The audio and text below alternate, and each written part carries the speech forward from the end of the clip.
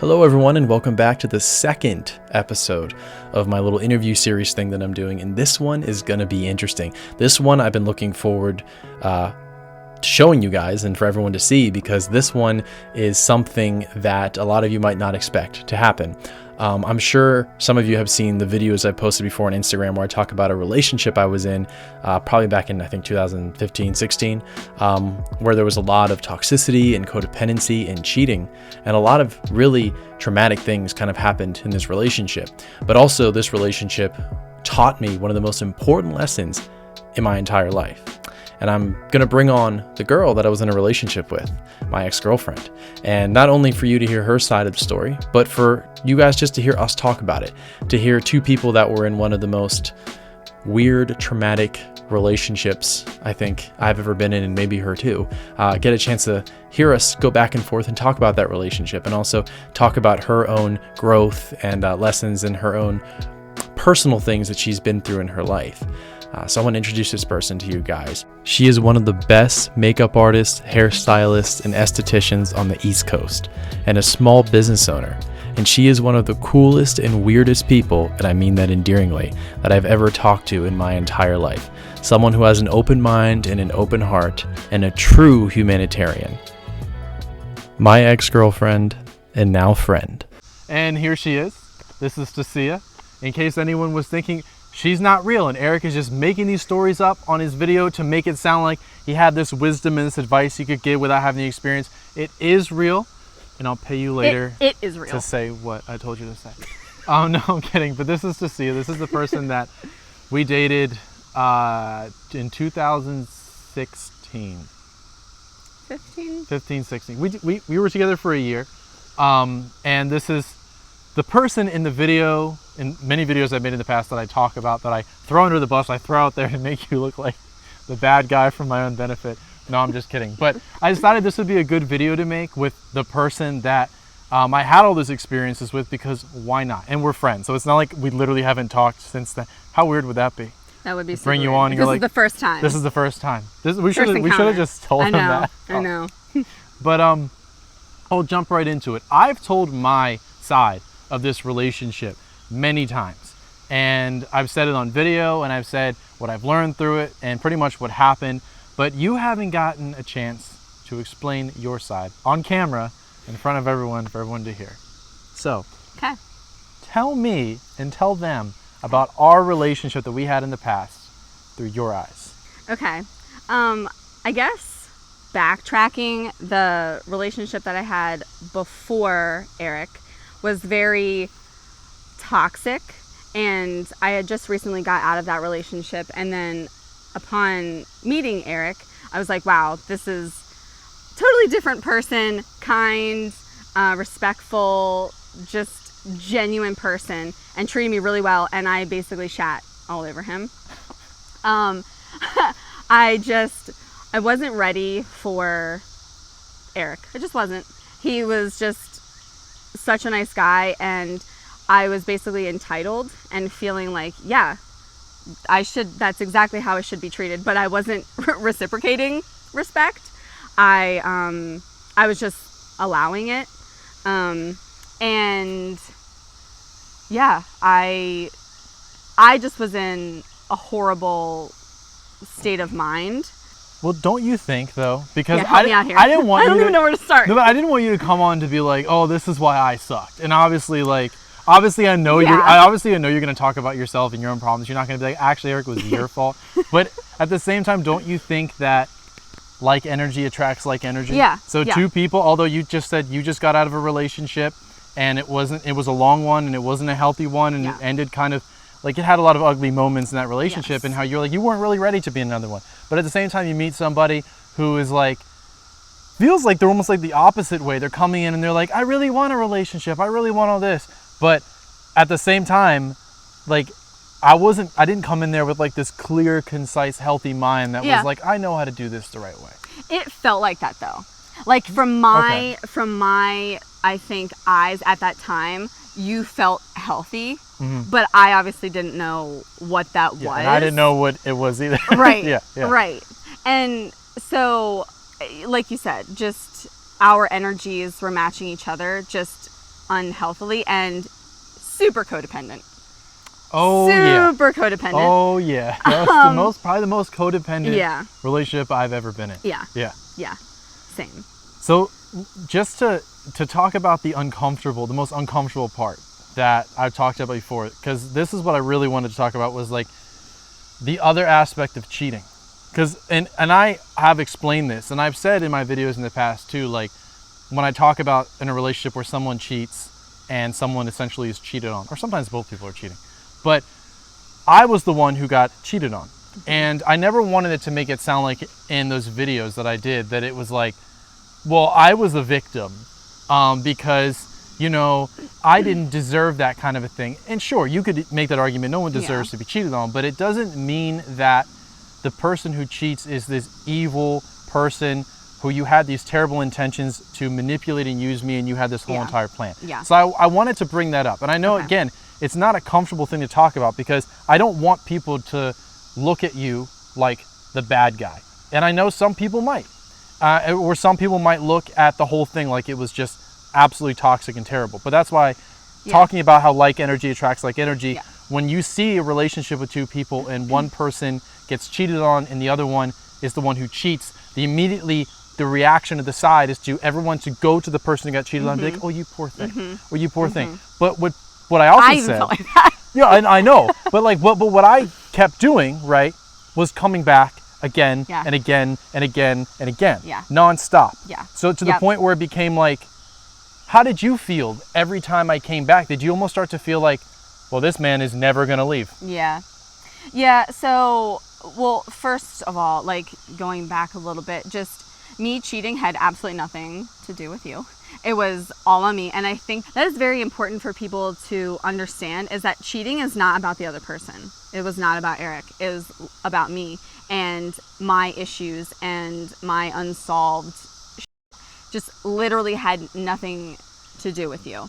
And it's just the relationship that I had previously was just unfinished, and it always felt like I needed to prove something to him. And again, it was toxic. It was like a drug. Like I kept going back to that, and I kept feeling like I had to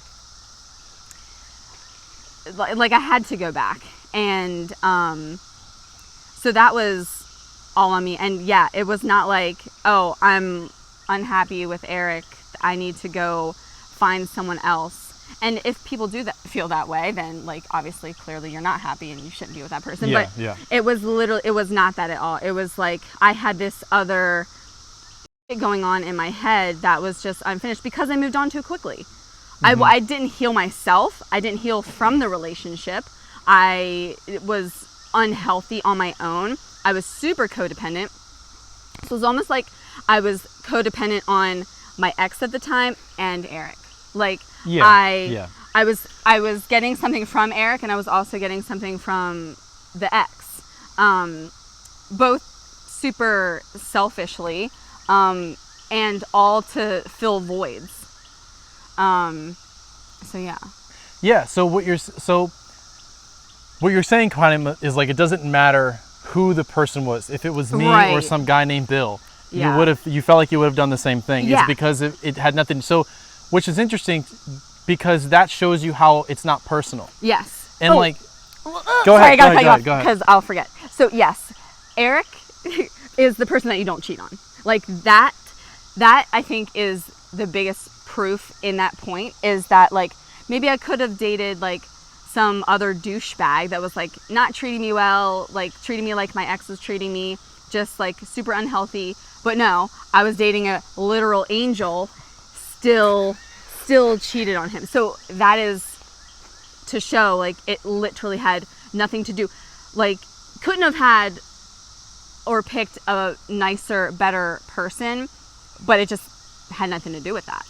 And the thing is, like, we actually had this conversation, not just before, after when we reconnected and became friends again, which I'll talk about that too, but while we were still dating and after, you know, everything kind of happened. Yeah. And it's funny to say because in that time period, I forced myself to not take it personally because what you told me made sense in my head. Yeah. Of course, at the same time, that's not truly what I felt on the inside because you feel pain and you're hurt and you're angry and all this stuff. But it is really interesting to see the development that goes with me actually not taking it personally and how that does take a long time, but it's still possible to get to that point where you can be standing here with someone and talking with them about it on camera to a bunch of people.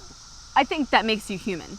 Like, you can sit here all day and say, oh no, I'm not taking that personally, I'm above that, but you're still human. Like, that still hurt you. You're not going to be like, I'm not taking that personally. Well, we're cool. I acted like that. Yeah. I know. And like, I know. Did you believe me in the relationship time when I would act like it was fine? Because I believed myself. I really started to believe myself. That's how much I tried to convince myself that it was okay. Honestly, maybe I did, because I still accepted like us getting back together and staying together. But I think it was one of those things like subconsciously that it's like down, like your intuition, it's like down there and it knows. It's like, no one's fine here. Yeah. We're still together though, but no one's fine. Yeah, but that was where the codependency came in, because it didn't matter. You could push those down. You could, because we spent so much Every time day. together, and we didn't live together. No. And you lived 45 minutes away from me. Yeah. And we would spend, I would say, like, despite the fact when we had to work, every free moment. Yes. And I would even make free moments. Okay. So then let me ask you this. So how did you feel? Did you feel guilty? For years. Look at me just. So yes, I felt guilt for so long. And like, after we like completely ended things, I like hated myself. And I would talk to my friends. I would talk to one of what used to be like our friend. I would talk to them and just like pour out, like, I wish I could talk to him. I wish I could apologize, like, more and more and more. Like, I wish there was something I could do. It really ate me alive for a very, very long time. And I think that it was like a year after we like completely stopped talking, I texted him some big long text, just basically apologizing and saying like, I hope you're doing well. I hope that one day in the future we can talk. And then I think another year later, like, you responded and you basically Did I not respond right then and there? I think you did. But it was probably very like. It was very like. Bland. LOL. But like an actual like whole ass year later, like, he texted me out of nowhere and was just like, I want you to let you know, like, I forgive you. I see, like, you know, kind of what it actually was. And we kind of just left it at that. Like, I was like, you know, I hope, yes, one day that we are able to have a conversation and talk and be friends and whatever.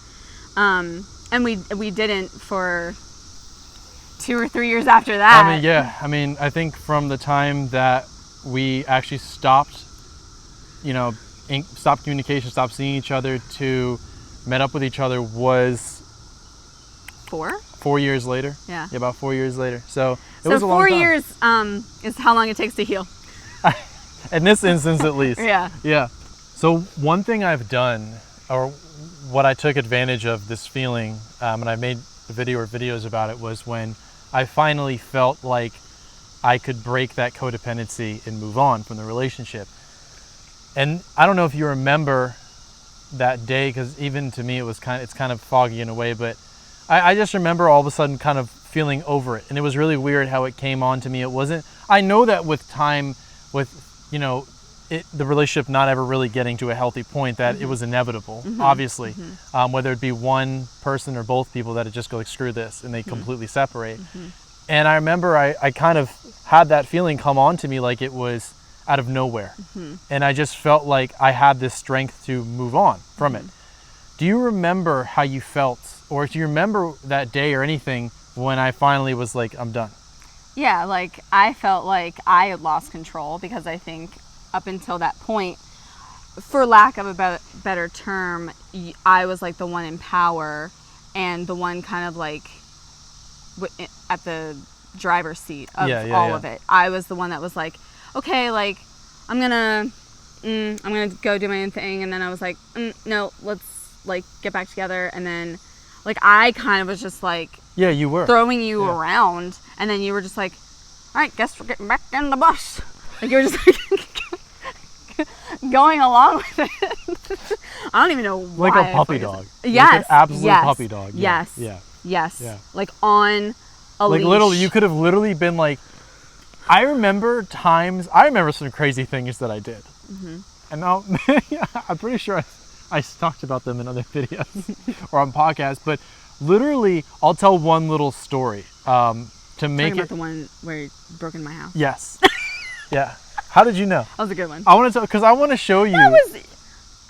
That's. I know. I could logicalize it, but I want to show you. I can even logicalize it. Yes. But I want to show you how crazy I was. Oh, I want to show them how crazy I was. So there was a point. Now, Tasia has type 1 diabetes, and we will get into that. We will talk about that. But so obviously, me knowing about this and you worrying about it and me worrying about it because you're worrying about it led me to be this kind of like, oh my God, I have to make sure you're always okay. It's weird. Like I obviously prioritized your feelings over mine all the time, which was an terrible thing to do. Terrible. So one time, don't do that. One time, Tasia went to work, and I think you worked probably like 30 minutes from your house at that point. Yeah. So I live 45 minutes from Tasia, right? Okay. So this is what happened. I knew when Tasia was supposed to go to work. So Tasia doesn't answer her phone before she leaves. She doesn't answer her phone when she would usually be driving there. Now this isn't not like Tasia always constantly answered her phone, but like she would have texted back or said something. She doesn't answer her phone. I'm like, okay. I start to get worried. I think to myself, the worst case scenario, she dead. She's dead or she's dying. She did. And look, I want to show you what goes on in the mind of a person who is that attached. This is what I thought now that I can think back at it and be like, logicalize it. Mm-hmm. Is that a word? Well, it is now. Sweet. So, Tasia is dying. If I don't get there to save Tasia, I won't have Tasia. Therefore, my life is meaningless. I know that sounds really dramatic, but it's true. That's what went on in my head. So this is what I do. And that's on codependency. That's on codependency. So I drive to Tasia's house, 45 minutes from my house. I get there, her car is not there. I'm like, what? Someone stole me. What is going on? So now I'm like worried, but I'm like, well, she's probably not dead. But I don't know because like also you didn't need your phone, but your phone was something that you would use to check your sugar levels. Yeah. So I'm like, where's Tasia's phone? Oh my God, I'm about to incriminate myself on camera. Listen, I think it's past the statute of limitations. Yeah. Just say you gave consent for me to do this. I texted it to you. Okay. So I'm like, I need to get Tasia's phone. Now she had a roommate knock on the door. No one answered the door. So I was like, well, this window's usually unlocked. Oh my God, this is hard to say. So I go in there and I see Tasia's phone lying on her bed. I get her phone and I drive to her job, which is only 30 minutes away from her. So this is about an hour and 15 minutes of driving.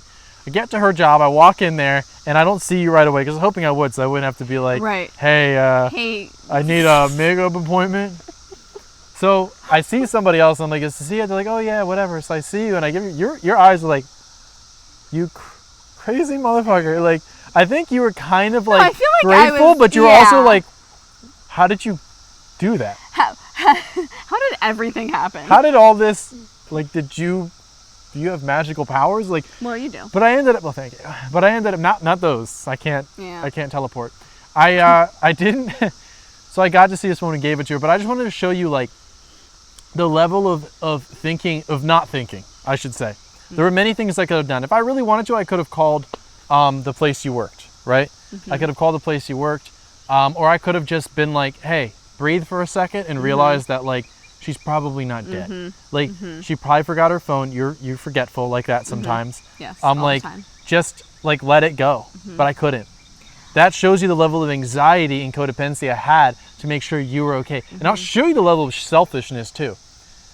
Did I care about you? Of course. But what happens when you're so attached to someone is you care about the person existing for your benefit. Yeah, it boiled down to you. It boils down to the whys.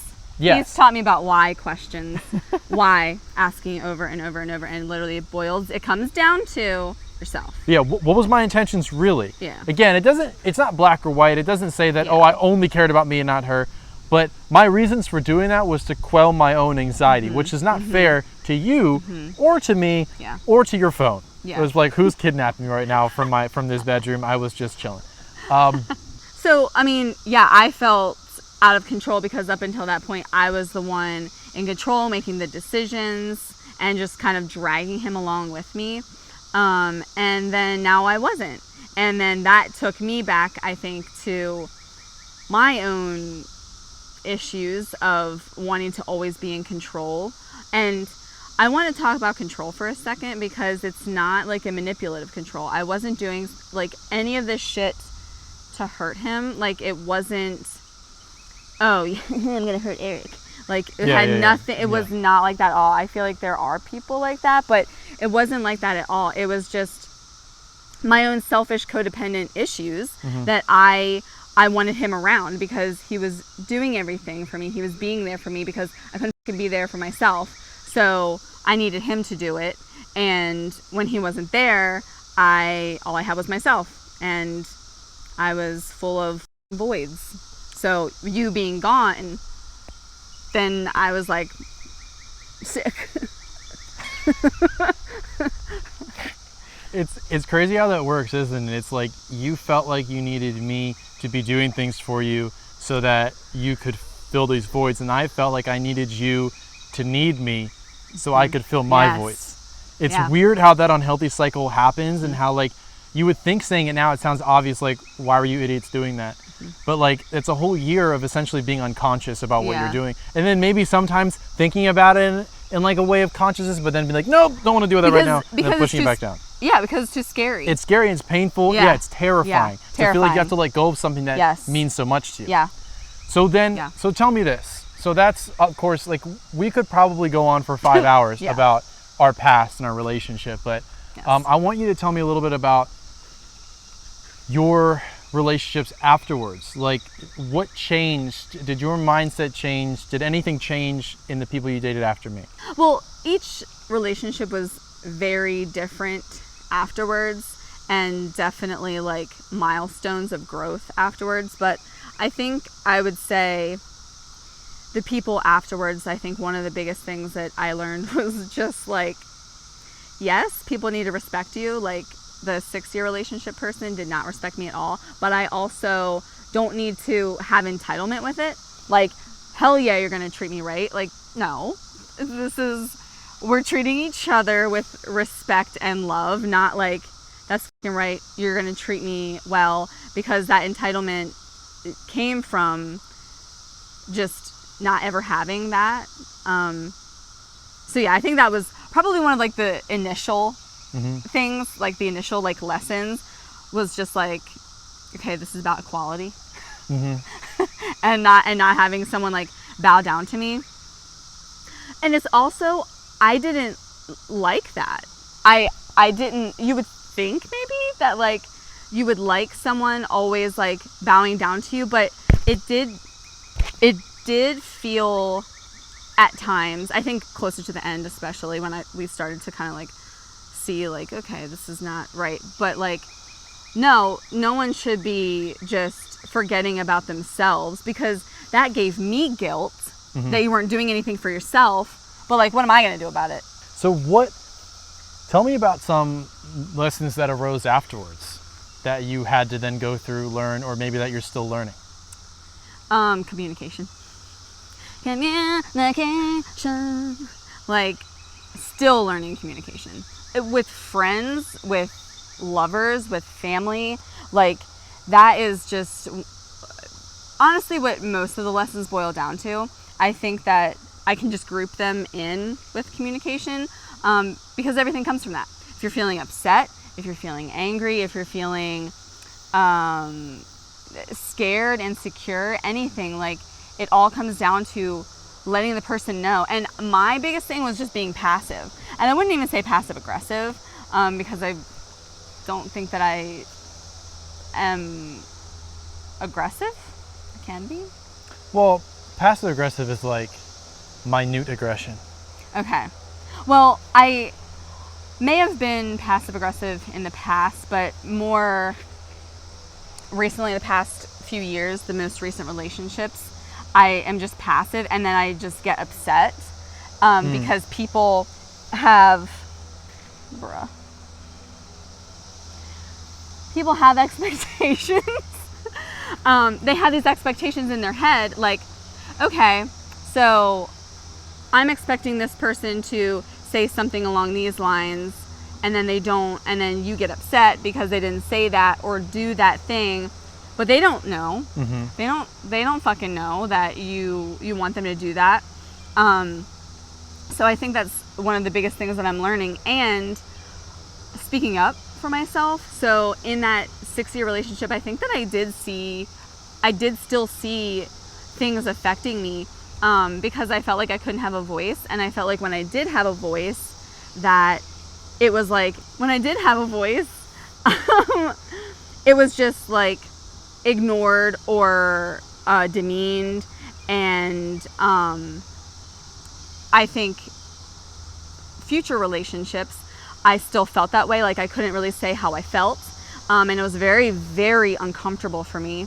So now I think the relationship that I'm in now has been the healthiest. I am still working on it.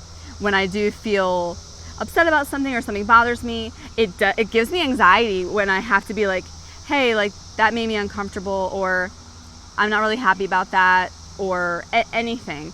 But it has gotten to a much better point. But yeah, just saying how you feel, or saying how I feel, has been one of the biggest lessons. Do you think that all boils down to being afraid that the relationship will end because of how you feel? Yeah. So like it's still like I guess it's still kind of like a kind of codependency, maybe in a less obvious form, in a less severe form, just shown in a different way. Yeah. Not being, well, yeah, maybe less aggressive than that, like just not being accepted or being scared of the response. But so ultimately it comes down to like, you're like, and again, sounds in your, it's illogical when you say it out loud, but the fear is illogical, obviously. So ultimately a lot of it comes down to being afraid that you say a certain thing that the person is like somehow you're gonna upset them, or they're gonna make them sad or angry, and then they're not gonna like it, they're not gonna like you as much, they're not gonna be and then you're gonna break up. Yeah. But anyway, so before we jump to the next little segment here, we talked a lot about relationships. I just wanted to say one more thing as a reminder. There's a reason why you and I can stand here today and have this conversation. I know that you reached out to me many times in the past, and it took me a while to reciprocate that back, and then you reached out to me again last year, and I was like, hell yeah. I was waiting for it. I was happy because it was like, there was always, and I know that you and I, when we knew each other at first, we were not healthy people in any aspect. And we got a chance to expose a lot of things in the other person through being in this relationship. And it was hard, and it was painful. And of course it was ugly at some times, but ultimately what it can show you is that it goes deeper than that. I knew that we always had this connection that felt like we've known each other for a long time, past lifetimes. There's a deeper connection, and I knew that it was there, and I was glad. Like there was a part of me that always knew that we would be back in each other's lives at some point. And it wasn't I felt like that too. It wasn't like I relied on that to get through my day, but it was like I kind of had this comfort behind it, and also knowing that it took a while, that we knew that when we would meet up with each other again, that there wouldn't be that same kind of codependency. That it doesn't mean that there aren't other lessons to learn in friendships, or that there aren't other things you have to go through with one another, but like we had gotten past that, which is a big, huge lesson. And it showed me a lot through my perspective when I was finally able to get over that. And the easiest way that I'm going to say that I could forgive you, because it sounds very like, oh my God, like I've forgiven you, so now it's fine, is that my perspective changed into think that I'm not a victim. Like, it's not that I wanted to be so bad before, but I thought a lot to myself was that I could sit here and complain all the time and be like, you were terrible and I was great. I could sit there and I could tell everyone how I got cheated on by this girl and I get everything for her. But like, I would be full of shit. once my perspective changed into realizing that I'm not the victim, it made me understand that levels of toxicity can be expressed in two different ways.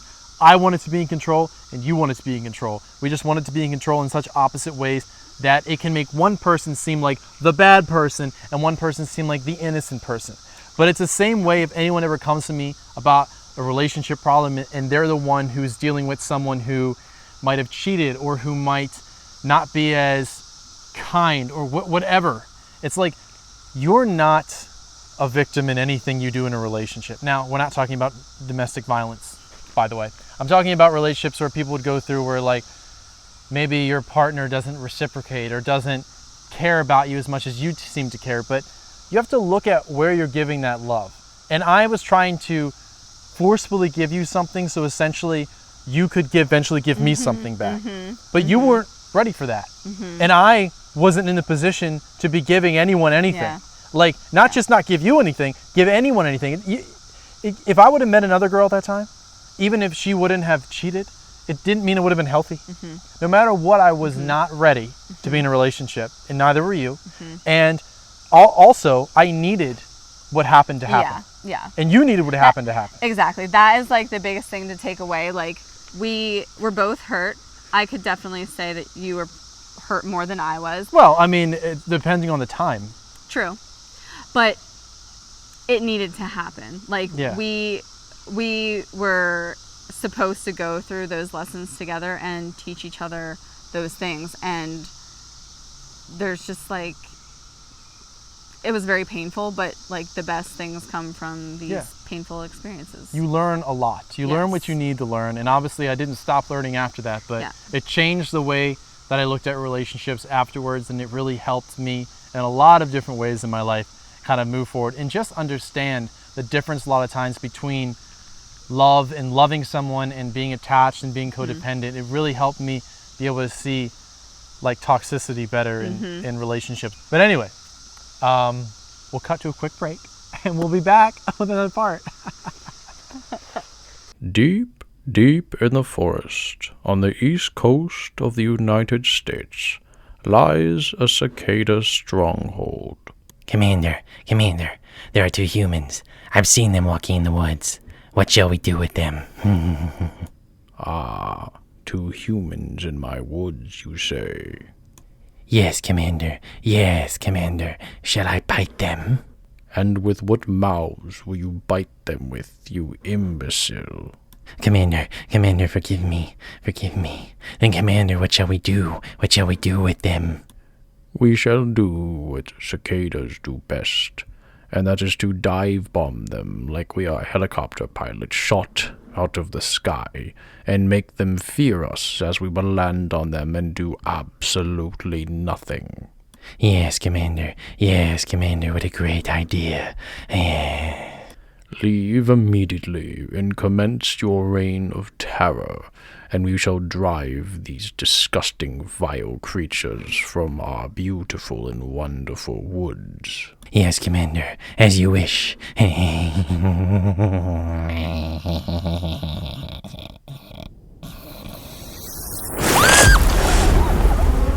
got it. That one challenged you to say it. Said you want to talk about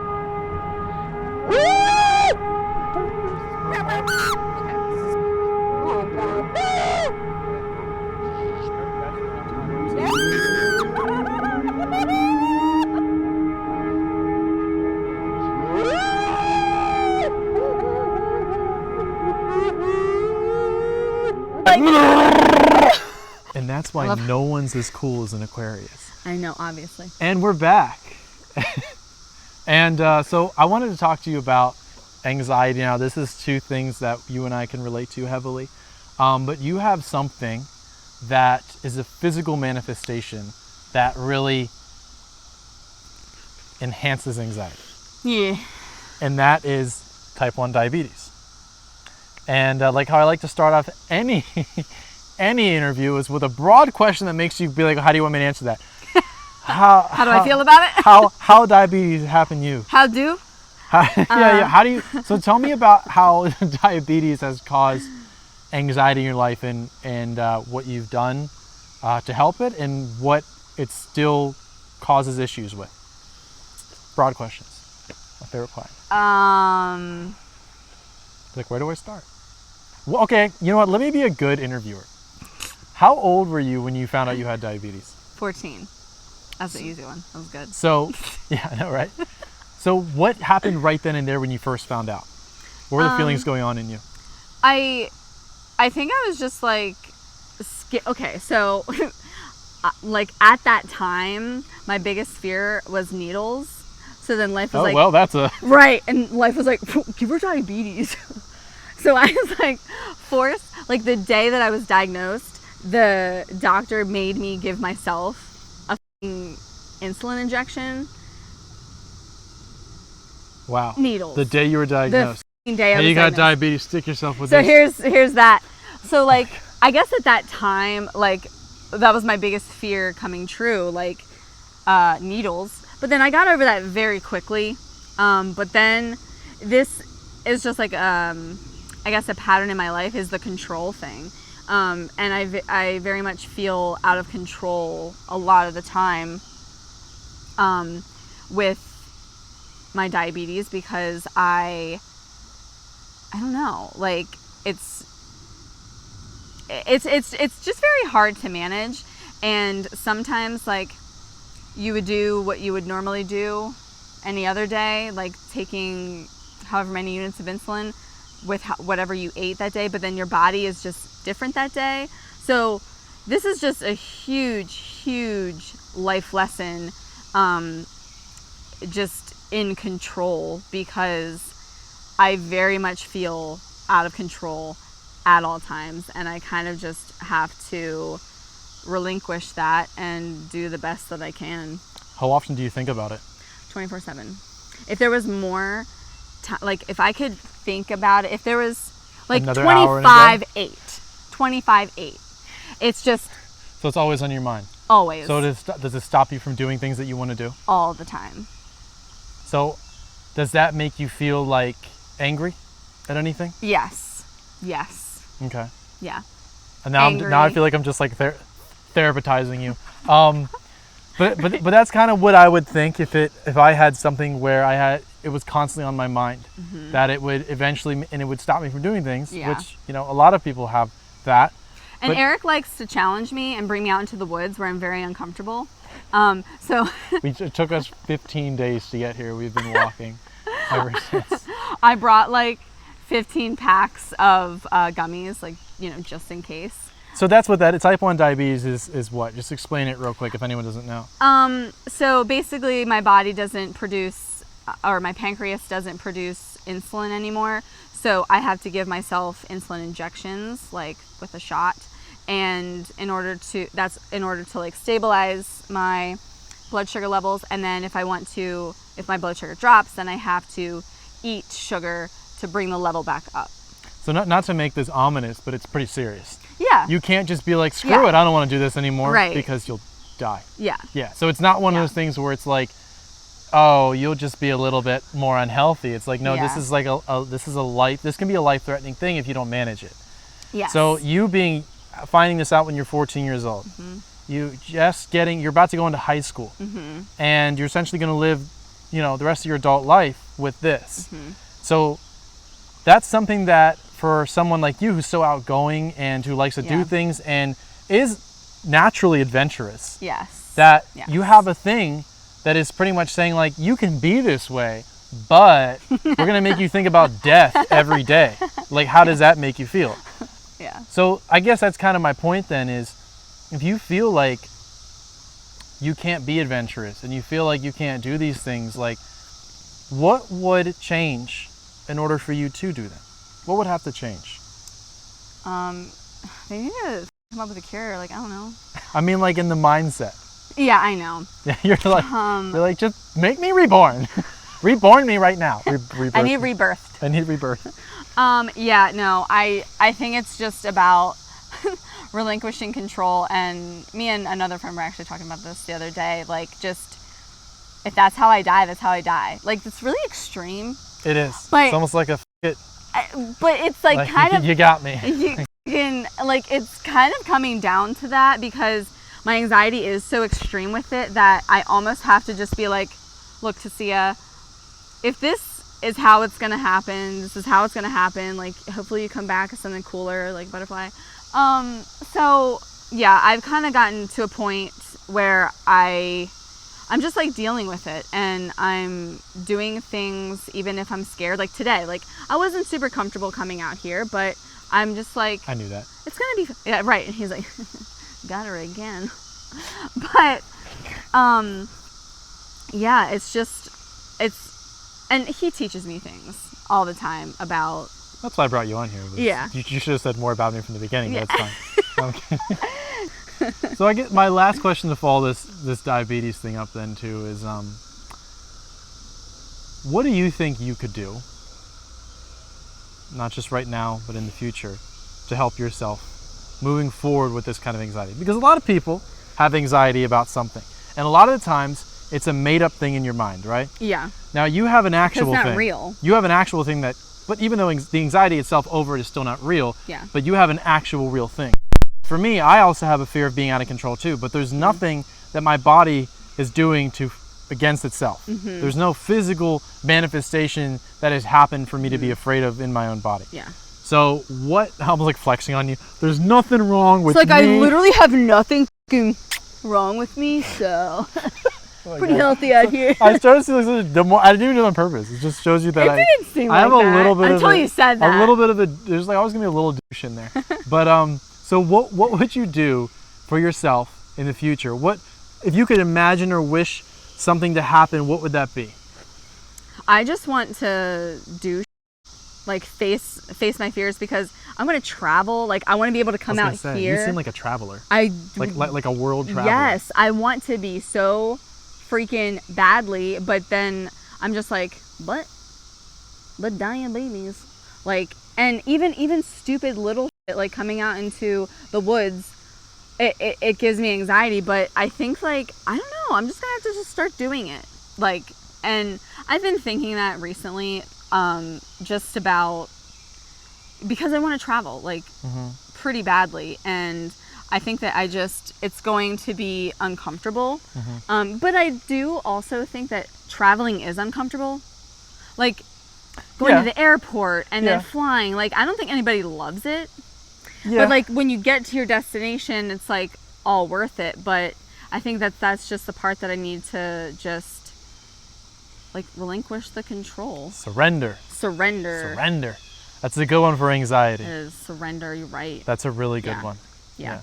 Anyway, so I always like to close these out with talking about your individual that fly was a message. It told me to ask this question. Your individual spirituality. So what do you do individually for your spirituality, for your spiritual growth, development, or anything like that? I think just like educating myself as much as I can and having an open mind. Like, you have told me things that are just been like pretty off the wall, and I'm just like, I think about it, I'm like, yeah, very interesting. I just think that, like, if you have a closed mind, like, you can't be spiritual. Like, there's just no way, because like, I just feel like spirituality has no bounds. It's just like what you believe to be true, or what you believe could be, because nothing is true. Like, nothing is set in stone. There's no, like, sure thing. It's just what you believe this all means, and it's very personal. So I really try to just connect with myself as much as possible, because I think that that's why we're here, is to learn about ourselves and learn about our own individual purpose and our reason for being here and what we have to contribute, and to get us to the next level, whatever that may be, because I want to become enlightened. Like, I'm tired of this dumb shit. You know what I'm saying? Like, I want to learn these lessons because I'm tired of it. I want to be up there. I'm tired of this worldly crap. Yeah, I don't want third dimensional. Ew. No, bring me up to that like higher dimensional kind of stuff. Yeah. Let's do it. I'm ready to level up, and I want to get there. So I'm doing what I think you can. Gotta die first, though. Yeah, but like, I have to learn these lessons. I'm like, well, when is that gonna happen? Yeah. Like, today. Out here in these woods, I surrender. You never know. Maybe the cicadas are trying their best to Fucking take us hell. out. They really are. They're trying. But no, and like just surrounding yourself with people that teach you things and challenge you and are like you're such a big teacher. And it doesn't even have to be in like an obvious way. I have people in my life that teach me things all the time, and it's not like they're like, just so yeah, this is how you do this. It's just like they teach me in ways because they challenge me, or they bring something to the table where I'm just like, I've never really dealt with that before. How do I navigate this? And that's great. Like, people are supposed to come in your life because this life is about you. This is not about your life is about you. It's literally about no one else. And me, and my life is about everyone's life is about me. Is what I'm trying to say. Correct. But anyway, whatever you. We'll get into that later. But yeah, no, I agree with you completely. Like, yeah, your life is about you. And you start to think that it's like about other people, like, oh, my relationship, or like my spouse or my husband or my wife or whatever. Like, people start to think that like it's our life now. No, Like, it is literally never going to be. Or like you have a child, like your life is your child or your pet or whatever. It's not. Like, this is about you. And that's not to say that you're not going to have connections and relationships. It's just that these are all outside influences to teach you all of your lessons so that you and your soul can grow. I agree. Yeah. Great I mean, job. you basically told me all that stuff. Just I was repeating. like, you're like, and that's why you do. And did I read that right? That's pretty good. Okay. That's pretty good. Thanks. Okay. Well, before we close out, I know that you just kind of in a way gave a last piece of advice, but is there any advice you would like to give? Anything that we didn't cover that you want people to know about you, or anything like that, or any way that they can find you? I mean, I was gonna tag you're a small business owner. I was gonna tag all your stuff, but if you wanted to talk about a little bit about what you do, or any piece of advice or anything, this is your last. You got the floor. I'm not leaving though. I have to my Leo moon's dream. If we all are trying to do our best and work on ourselves and love ourselves, and then in turn will radiate to everyone else, like, we're just gonna be in a better world. Yeah. And hopefully not Earth. Like, hopefully it's just some other cool. Oh, you're like, we need to get out of here. Yeah, guys. So talk about an alien personality to have. So we're gonna we have a planet, we haven't talked about this, but it's eons away. And it's like this, but better. Let me tell you, you can eat the dirt. It tastes like chocolate. But anyway, Exactly. So thanks for coming on. It's Thanks been a for having pleasure. Finally, people got a chance to meet you who have used as many examples, and hopefully they watch this and those videos make even more sense. Yes. But anyway, thanks guys. We'll see you next week, month, year time.